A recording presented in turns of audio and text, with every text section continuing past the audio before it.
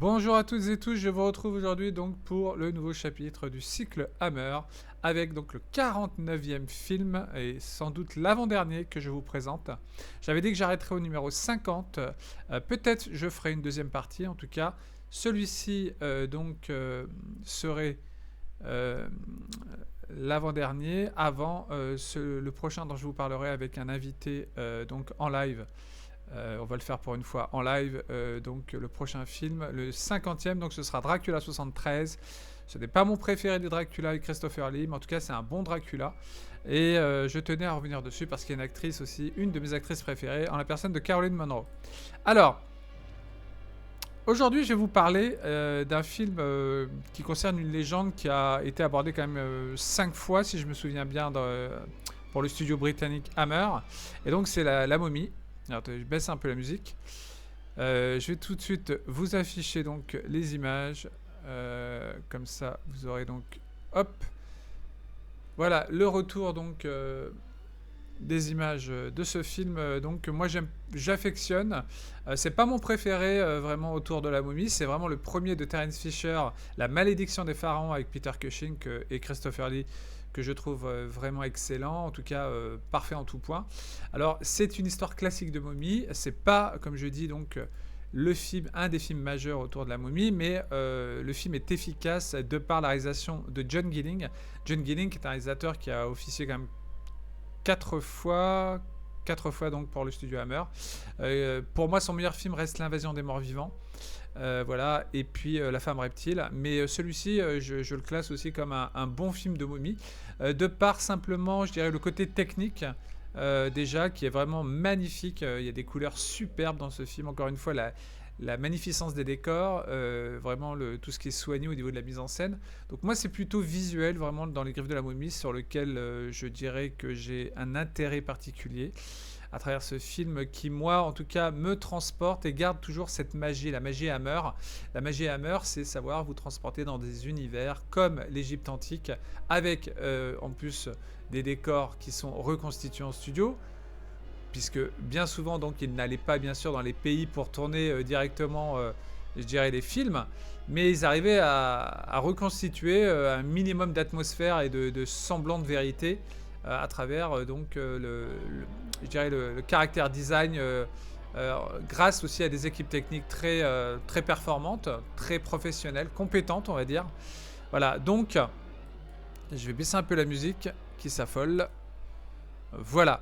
Donc c'est un film vraiment sur lequel je voulais revenir parce qu'encore une fois un casting vraiment intéressant avec André Morel, John Phillips, David Buck et puis surtout une très belle femme que vous voyez à l'écran ici, une très belle blonde, encore une fois, donc casting féminin toujours vraiment très bien choisi, avec des actrices quand même qui savent quand même un minimum jouer à l'écran. Voilà, c'est Elizabeth Sellars. Voilà, donc je ne sais pas si elle a fait d'autres choses. Selon mes notes, je ne vois pas autre chose que je pourrais vous présenter concernant cette actrice. Mais je crois qu'elle a tourné quand même quelques films intéressants où elle a une filmo vraiment très légère. Voilà, c'était vraiment le seul film qu'elle a fait en tout cas pour la Hammer. Et elle avait tourné aussi dans les 55 jours de Pékin quand même de Nicolas Ray. Ce qui n'est pas rien. Et La Méprise, c'est son dernier film en fait de Alan Bridges. Voilà. Donc cette actrice qui a aujourd'hui 98 ans quand même, hein, qui est quasiment centenaire, voilà, donc joue dans ce film. Nous retrouvons bien sûr André Morel qui est un acteur qui lui est donc avait quand même tourné avec Peter Cushing dans un film, dans un chef-d'œuvre, hein, tout simplement, Le Chien des Baskerville de Terence Fisher. Voilà, et puis les autres acteurs, John Phillips et David Buck, ont également on les a retrouvés dans quelques films comme Le Jardin des Tortures, Jésus de Nazareth, Quadrophenia, pour John Phillips, et puis David Buck, que je reprenne mes notes, on le retrouve également alors vraiment dans très peu de films, quelques films télé. Il n'a pas une grande carrière, David Buck, mais on peut dire il a prêté sa voix donc à Gimli pour Le Seigneur des Anneaux de Ralph Bakshi, le dessin animé. Voilà. Et puis il a fait aussi dans Dark Crystal une des voix. Voilà. Et on va dire que je voulais parler de ce film de John Gilling parce que John Gilling c'est quand même un réalisateur que j'aime beaucoup dans la Hammer parce que c'est quelqu'un qui a pareil un style qui lui est propre, et il se contente pas de copier ce que font les autres, il impose vraiment une, une façon, en tout cas, de mettre en scène ces films qui sont particuliers, comme dans L'Invasion des morts vivants ou La femme des reptiles, ou même L'impasse aux violences dont je vous parlerai dans la deuxième partie des films de la Hammer, que je reprendrai sans doute à la rentrée, puisque oui, il y aura sans doute une deuxième partie. Je vous ai dit que je m'arrêterai au numéro 50, bah, ça c'est pour la première partie de saison. Et puis je pense que, vu qu'il y a encore d'autres films qui m'intéressent à traiter, je suis obligé de continuer un peu le cycle. Donc je pense que j'irai peut-être un peu plus vers les 70-80 films de la Hammer. Bien sûr, il faut que pour certains, je ne peux pas tous les voir parce qu'ils sont difficilement trouvables. Il y en a beaucoup qui sont disponibles aujourd'hui, mais ils ne sont pas tous faciles à trouver. Et donc on ne peut pas y accéder facilement pour les trouver. Et c'est pas facile de tous les voir parce qu'il y en a eu, je vous l'ai dit, plus de 200. Donc voilà. Donc, mais ce que je voulais vous dire, c'est que je reviendrai quand même, j'explorerai encore un peu plus, hein, je reviendrai sur les films encore majeurs, importants ou même un peu plus mineurs, parce qu'il faut parler vraiment de tous les films qu'ils ont pu réaliser, tout comme quand j'aborderai le cycle donc, du studio, on va dire, concurrent qui était Amicus Productions. Voilà, donc Dans les griffes de la momie, donc réalisé par John Gidding, est un film que moi je trouve intéressant de par sa mise en scène, de par ses décors, de par sa reconstitution, bien sûr, à travers une première partie qui se déroule donc bien sûr, comme toujours, bien souvent, même dans le film de Michael Carreras ou le film La momie sanglante, également toujours Michael Carreras. Vous avez également un autre film de momie que j'aime beaucoup, qui était le... Excusez-moi, il faut que je reprenne je sais plus, ça va me revenir, mais en tout cas, il y a au moins, je crois que le cycle des momies, c'est 3, 4, il y a 5 films autour du thème de la momie, un thème quand même dans l'épouvante qui a marché plus ou moins quand même. Le film qui a le plus cartonné pour la Hammer, c'est donc le film de Terence Fisher, La malédiction des pharaons. Voilà. De par ses interprètes aussi qui étaient vraiment des stars en Angleterre à l'époque. Voilà. Donc c'est aussi, je dirais, le dernier vrai film autour... non, c'est l'avant-dernier film autour de ce thème de la momie, puisque le dernier, ce sera donc La momie sanglante avec la sublime Valérie Léon. Voilà. Je reviendrai peut-être sur un autre film, le film de Michael Carras, Les Maléfices de la momie, qui a un style différent, voyez, comme quoi. Mais Michael Carras, comme j'ai dit, était davantage un producteur à la Hammer qu'un réalisateur, mais qui savait aussi quand même, en tout cas, qui connaissait par cœur, bien sûr, le style des films Hammer et la marque, en fait, de ces films particulièrement, à travers leur iconographie, leur définition, je dirais, picturale, en termes de films d'épouvante gothique. Ici, c'est pas vraiment un film qui est gothique, puisque le gothique, c'est plutôt lié à tout ce qui est Dracula, de par, je dirais, l'ambiance atmosphérique, en fait, des lieux, des décors qu'on traverse à travers les manoirs, les châteaux, les landes, les forêts, etc. La malédiction des pharaons, donc ça c'était bien sûr mon préféré. Le film de John Gidding, même si, comme je dis, c'est pas celui qui est le plus original en termes de scénario, puisque on est, donc pour vous resituer l'histoire, dans les années 20, donc il y a une expédition qui est dirigée par donc Basil Walden, dans le désert égyptien, pour y rechercher, comme souvent, la sépulture d'un pharaon qui s'appelle Katoubé. Voilà, donc ensuite ils sont perturbés par une grosse tempête de sable, et puis ils envisagent de rebrousser chemin, puis donc ils se reprennent et ils découvrent donc la tombe du pharaon, où repose donc la momie royale sous un suaire, donc avec des brodés par des inscriptions. Donc la dépouille de Katoubé est ramenée et bien sûr exposée dans un musée. Comme il ne faut pas s'en empêcher bien souvent de ramener des sépultures antiques, évidemment ça va se retourner contre eux. Voilà. Et donc l'un des disciples de la tombe enfin ou plutôt du pharaon Katoubé, donc qui est un gardien qui s'appelle Asmid dans le film, donc c'est le gardien de la tombe en fait. Il s'introduit dans le musée, il subtilise le suaire et il en fait un puissant objet magique, et donc à partir de là, il va ramener à la vie la momie du fidèle serviteur de Katoubé, voilà, donc conservée dans ce tombeau.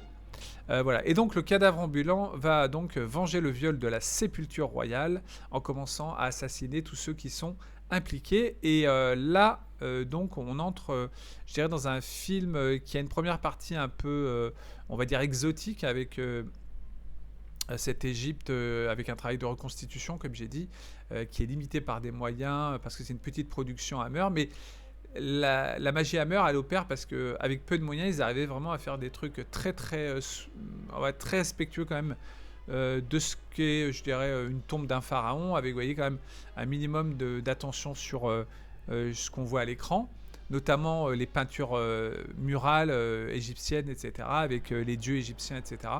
Voilà, donc il y a aussi parfois des stock shots, hein, qui viennent, on va dire, combler tout ça. Mais voilà, il faut savoir quand même que, comme toujours avec la Hammer, il y a vraiment une magnificence en termes de, je dirais, de couleurs. Et donc on le voit aussi donc à travers la partie en Égypte et la partie dans la salle d'exposition du musée, qui est absolument magnifique. Je vous dis, même si le scénario n'est pas vraiment, est très classique, hein, pour ce film de momie, il y a vraiment rien d'original. C'est encore une histoire de vengeance, hein, suite à donc la profanation d'une sépulture, et surtout le fait que, donc comme toujours, les scientifiques veulent profiter pour faire connaître la sépulture dans un musée. Donc voilà, la photo est magnifique, avec vraiment des harmonies magnifiques dans les couleurs, vraiment entre le marron, le rouge, je dirais l'orange aussi, vous voyez. Donc superbe travail au niveau des qualités plastiques, et la présence surtout d'un réalisateur vraiment solide, en la personne de John Gilling, voilà, qui lui, bien sûr, donc a quand même est un artisan quand même qui sait aussi, comme je l'ai dit, avoir son style et donner, je dirais, une empreinte au niveau de sa façon de mettre en scène la momie, avec des scènes quand même assez même efficaces d'un point de vue. Moi, ce que je préfère aussi, c'est donc, au-delà des décors, de la mise en scène, c'est quand même les meurtres aussi qu'on attribue à la momie dans ce film, qui sont beaucoup plus gratinés que dans les autres films de momie. Vous avez quand même une tête éclatée contre un mur, vous avez quelqu'un qui se fait aussi prendre dans un... Comment dire, c'est un film qui est assez généreux en termes de meurtre, hein, avec quelques touches d'humour aussi dans le film, dans l'histoire. Donc des séquences vraiment sympathiques, même si le film est assez bavard. Voilà, mais en tout cas, il y a quand même, comme je dis, des scènes efficaces en termes de meurtre. Alors, je me souviens pas de toutes, mais je vous dis, il y a quand même des scènes assez violentes, hein, pour un film de 1967. Voilà. Donc voilà, moi, c'est un film que je trouve, encore une fois, grâce à une facture technique vraiment magnifique, un scénario, je dirais, fantastique, d'épouvante, assez routinier, qui commence comme un film d'aventure, qui tend ensuite vers le slasher, et oui, avec les meurtres, les mises à mort assez violentes, voilà. Donc voilà, c'est quand même un film à découvrir de la part de la Hammer, et comme je dis, même des films mineurs sont quand même des films qui sont pas mauvais, jamais mauvais. En tout cas, tous ceux que j'ai vus ne le sont jamais, quasiment pas. Donc je vais vous passer quand même aussi, pour qu'on commente un peu ça, histoire d'avoir une ambiance différente. Je vais vous passer tout de suite, donc maintenant, donc la bande-annonce. Alors juste un instant que je cale ça pour vous montrer ceci. Voilà, on va baisser bien sûr la musique. Voilà, donc ici on a le réveil de la momie. Voilà, donc le gardien de la tombe, Asmid, voilà, donc qui lui va ressusciter la momie pour qu'elle venge, eh bien, le pharaon en question, Katoubé, et ceux qui ont profané sa tombe, qui ont ramené la momie donc dans un musée. Vous voyez, donc des scènes de meurtre gratiné, notamment celle-ci, vous voyez, assez efficace, des scènes de l'Égypte antique, hein, parce qu'il y a des flashbacks également.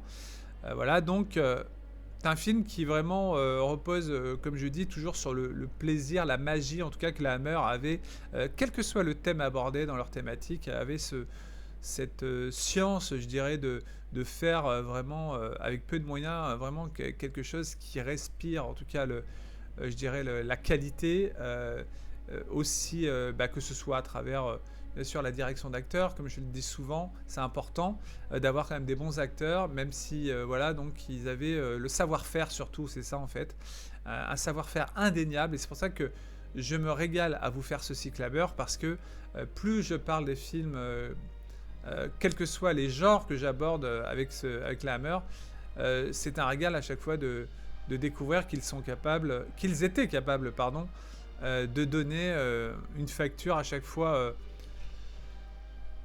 euh, vraiment identitaire, qui leur appartient, quoi, qui leur est propre, et qu'aucun autre studio, mis à part Amicus quand même, dont certains films ressemblent quand même au style Hammer, donc qui leur était propre, vraiment, et c'est pour ça d'ailleurs qu'ils sont vraiment considérés comme les meilleurs artisans, je dirais, de l'épouvante, du fantastique, du thriller aussi horrifique, hein, puisqu'il y a beaucoup de thrillers, du film d'aventure préhistorique, enfin vraiment parmi tous les styles qu'ils ont pu aborder, même du film historique, hein, parce qu'ils ont aussi fait des films d'histoire, comme Les Étrangleurs de Bombay, sur lequel je reviendrai, comme L'attaque de San Cristobal avec Christopher Lee. Voilà, encore beaucoup de pépites que je pourrais vous présenter dans ce cycle. J'ai dit que j'arrêterai au prochain, donc mercredi, ce sera donc la fin du cycle Hammer. Alors, la fin peut-être provisoire, hein, je précise, du cycle Hammer, avec le numéro 50, comme j'avais dit que je présenterai 50 films, et c'est le cas. Donc, j'ai tenu mes engagements, et j'ai bien donc présenté 50 films pour, j'espère en tout cas, vous donner envie de redécouvrir vraiment la richesse de ce studio britannique à travers tous ces films. Je vais continuer d'explorer. Bon, comme je dis, j'ai pas tout vu, donc il faut laisser que je puisse avoir le temps de dénicher ces pépites pour avoir vraiment la chance de les découvrir, pour ceux que j'ai pas encore vus. Et pour ceux que j'ai encore vus, que j'ai pas traités, j'y reviendrai donc à la rentrée de septembre pour vous présenter donc la suite, peut-être, la deuxième partie de ce cycle Hammer. Voilà, donc à travers d'autres films. Et il y a également un film que je vous présenterai qui s'appelle L'Impasse aux violences, du même réalisateur que j'adore. Voilà, de John Gilling. Donc, je tiens à préciser ici la musique, hein, pardon, j'ai oublié de vous préciser que la musique est de Don Banks, donc beaucoup de compositeurs différents, hein, mis à part James Bernard qui avait œuvré souvent pour le studio. Don Banks est un de ceux qui a aussi œuvré. Il y a eu beaucoup de compositeurs qui ont des styles plutôt similaires quand même pour les films qui abordent les thèmes de la momie, de Dracula. Mais James Bernard était souvent, par exemple, un des compositeurs attitrés pour les films de vampires. Voilà, il y a vraiment des styles de BO très, très différentes, très, je dirais, ancrés dans l'époque, évidemment, avec ce côté horrifique. Voilà, ce côté parfois aussi tonalité, je dirais, pour appuyer les décors gothiques, etc. Ici, donc voilà, on est dans un film tout à fait honorable, pas je dirais le film référence en termes d'histoire, qui pour moi reste bien sûr La Malédiction des Pharaons de Terence Fisher, qui avait tout compris au genre, qui fait un travail superbe en termes aussi vraiment de mise en scène. Et puis surtout, l'histoire était bien plus intéressante, mais n'oublions pas ici que même si ça reste assez classique, je vous dis, il y a tellement, il y a tellement d'images qui sont plaisantes à voir en tant que spectateur. Pour tous ceux qui aiment le 7e art, le cinéma tout court même, hein, sans être un cinéphile, on peut vraiment se plonger. Alors, je me suis trompé, c'est Maggie Kimberley, l'actrice, hein, ce n'est pas du tout celle que je vous ai dit, Elizabeth Sellars, c'est Maggie Kimberley, voilà, qu'on a vu. Voilà, donc Voilà, donc vraiment un film vraiment qui vaut le coup d'œil, que je vous invite à découvrir pour toujours la magnificence de ce côté, je dirais, euh, de ce côté vraiment chatoyant à travers les couleurs, etc. Et ça fait toujours plaisir de voir des films qui ont quand même, qui sont quand même assez généreux. Et voilà, et qui donc, comme je l'ai dit, n'offrent jamais, en tout cas, c'est mon avis, de mauvais films, ou très rarement. On va dire qu'il y a des films moyens dans le catalogue Hammer, mais jamais, jamais pour moi des films nuls. Jamais. Jamais j'ai ressenti ça. Ça me regarde.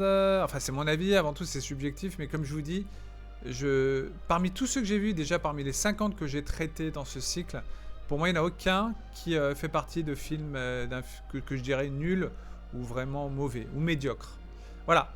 Il y a toujours un plaisir quand même de découvrir des films que le studio britannique met quand même justement un savoir-faire, comme je l'ai dit, qu'on ressent donc à travers les images.